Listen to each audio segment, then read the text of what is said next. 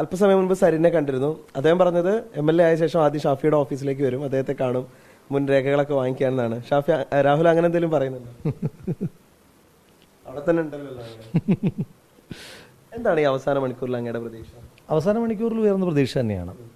ഞാൻ തുടക്കം തൊട്ട് പറഞ്ഞൊരു കാര്യമുണ്ടല്ലോ, നമ്മുടെ പ്രതീക്ഷ മുഴുവൻ ജനങ്ങളിലായിരുന്നു.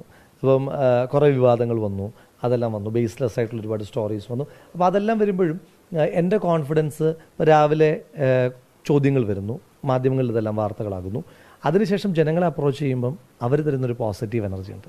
ഓരോ ദിവസവും സസ്റ്റെയിൻ ചെയ്യാൻ എനിക്ക് കോൺഫിഡൻസ് എന്നത് ആ പോസിറ്റീവ് എനർജിയാണ്. ആ പോസിറ്റീവ് എനർജി നമ്മൾ വീടുകളിൽ പോയി അവരെ കാണുമ്പോഴുണ്ടായിരുന്നു, അവർ നമ്മുടെ പൊതുയോഗങ്ങളിൽ വന്നപ്പോഴുണ്ടായിരുന്നു.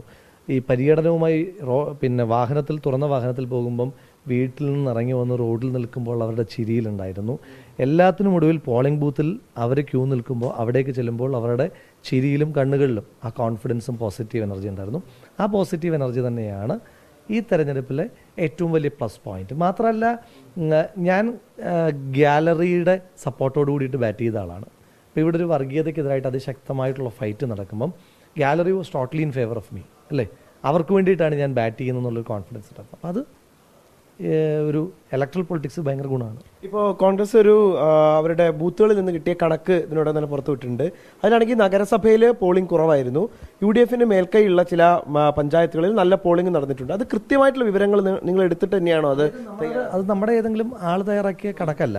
അതായത് ഇപ്പം നമ്മളൊരു തെരഞ്ഞെടുപ്പിൽ ഫോം 17C ഉണ്ട്. ഫോം 17Cയുടെ പ്രത്യേകത, ഈ ഇലക്ഷൻ കഴിയുമ്പം പോളിംഗ് ഏജൻസിന് കൊടുക്കുന്ന ഇലക്ഷൻ കമ്മീഷൻ്റെ ആധികാരികമായ രേഖയാണ്. ഈ രേഖ വെച്ചിട്ടാണ് നമ്മൾ കൗണ്ടിങ്ങിന് പോകുന്നത്. നമ്മൾ അതിനകത്ത് ഈ രേഖയ്ക്കകത്ത് 17Cക്കകത്ത് വളരെ കൃത്യമായി ഏത് മിഷനാണെന്നുണ്ട്, ഏത് ബൂത്താണെന്നുണ്ട്, ടോട്ടൽ നമ്പർ ഓഫ് വോട്ട്സ് ഉണ്ട്, എത്ര വോട്ട്സ് പോൾ ചെയ്തു എന്നുള്ള അവരുടെ ഷീറ്റാണ്. അതിനകത്ത് അവിടെ ഉണ്ടായിരുന്ന മുഴുവൻ ഉദ്യോഗസ്ഥരും അവിടുത്തെ പോളിംഗ് ഏജൻസും എല്ലാം സൈൻ ചെയ്തിട്ടുള്ള ഒരു ഡേറ്റയാണ്. നമ്മൾ കൗണ്ടിങ്ങിന് പോകുമ്പോൾ ക്രോസ് ചെക്ക് ചെയ്യുന്ന ഇതാണ്. അതായത് ഇപ്പം മാനിപ്പുലേഷൻസ് നടന്നിട്ടുണ്ടോ ഇല്ലയോ എന്ന് നമുക്ക് വെരിഫൈ ചെയ്യാൻ പറ്റുന്ന ഇതാണ്. അപ്പം ഒരു മെഷീൻ എടുക്കുന്നു, ആ മെഷീൻ്റെ സീരിയൽ നമ്പർ നോക്കുന്നു, ആ സീരിയൽ നമ്പറിലെ total number of votes, polled votes, അതിൻ്റെ ഡീറ്റെയിൽസ് മുഴുവൻ കിട്ടുന്നത് ഈ ഡേറ്റയാണ്. ഈ ഡേറ്റ എല്ലാ ബൂത്തിലെയും വെച്ചിട്ടാണ് നമ്മൾ കണക്ക് പറഞ്ഞത്.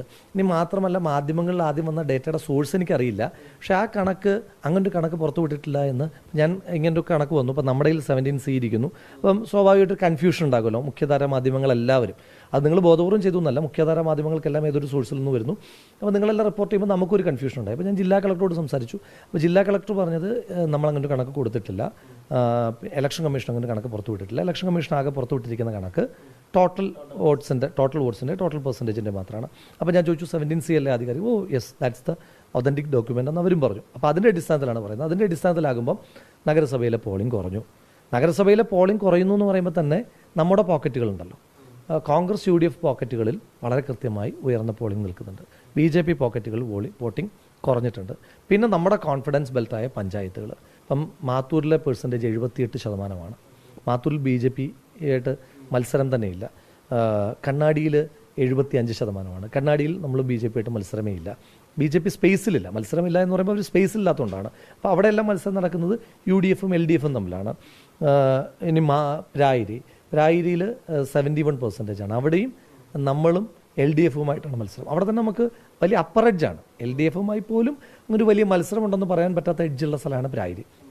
അതും മുനിസിപ്പാലിറ്റിയിലെ നമ്മുടെ സ്ട്രോങ് ഹോൾഡ് ബെൽസിലും ഉയർന്ന പോളിംഗ് ഉണ്ട്. അപ്പോൾ അതുകൊണ്ട് പോളിംഗ് പെർസെൻറ്റേജ് വെച്ച് നമ്മൾ വളരെ കോൺഫിഡൻ്റ് ആണ്. പിന്നെ പാർട്ടിക്കകത്ത് കാൻഡിഡേച്ചറിനോടോ പാർട്ടികളോടുള്ള ആൻറ്റി വോട്ട്സ് ഇല്ലാത്തത് നമുക്ക് മാത്രമാണ്.